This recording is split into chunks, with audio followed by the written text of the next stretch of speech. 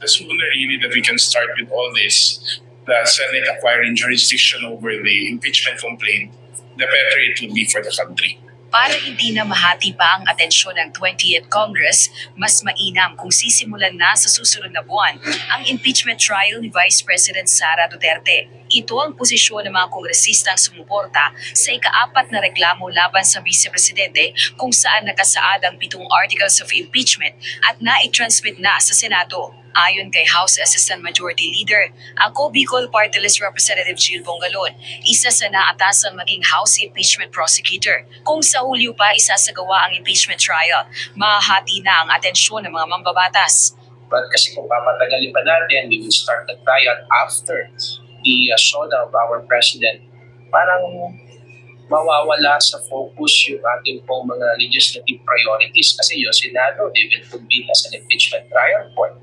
And of course, the members of the Congress, especially the panel of the prosecutors, will be very busy in prosecuting this case.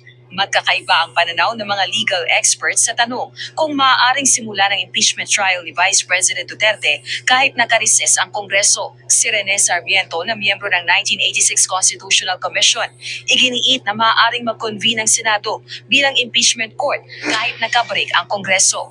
These people are saying that it has not become a focus official and so for us, non-legislative function. The outset of legislation, it has a continuing function. It could be convened as a canvassing board. It could even be serving as an impeachment court. As constitutionally interpreted, it means right away. It means immediately. Walang patumpik-tumpik. Walang alinlangan. Gawin kaagad. Si Senate President Francis Chis Escudero naninindigang hindi makapag-uumpisa sa impeachment proceedings hanggat hindi nakasesyon ang Kongreso. Ganito rin ang pananaw ng ilang itinuturing na legal luminaries.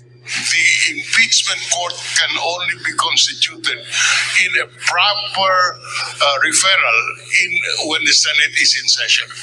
If the Senate is not in session as it is today, this impeachment court cannot constitute itself. And given that impeachment is not included as among the reasons why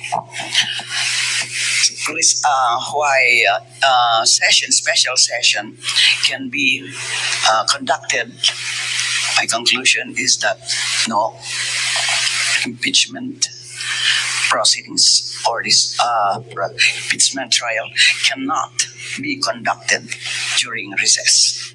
Giit naman ni House Assistant Majority Leader, Tingog Party List Representative Jude Asidre, dapat gawin na ng Senado ang mandato nito batay sa isinasaad ng saligang batas. Sa gitna rin ito ng mga nakaambang kilos protesta para ipanawagan ng agarang paglitis kay VP Duterte. So, anong clamor pa ba hinahanap natin? Naantay ba natin magkaroon ulit ng isang EDSA or magkaroon ng RAD? I don't think it's fair to the democratic process to have to wait for certain mobilizations to be able to discern the will of the people. Naniniwala ang mga kongresista, maaaring mag-convene bilang impeachment court ang Senado kung mapagkakasunduan ito ng mayorya ng mga senador.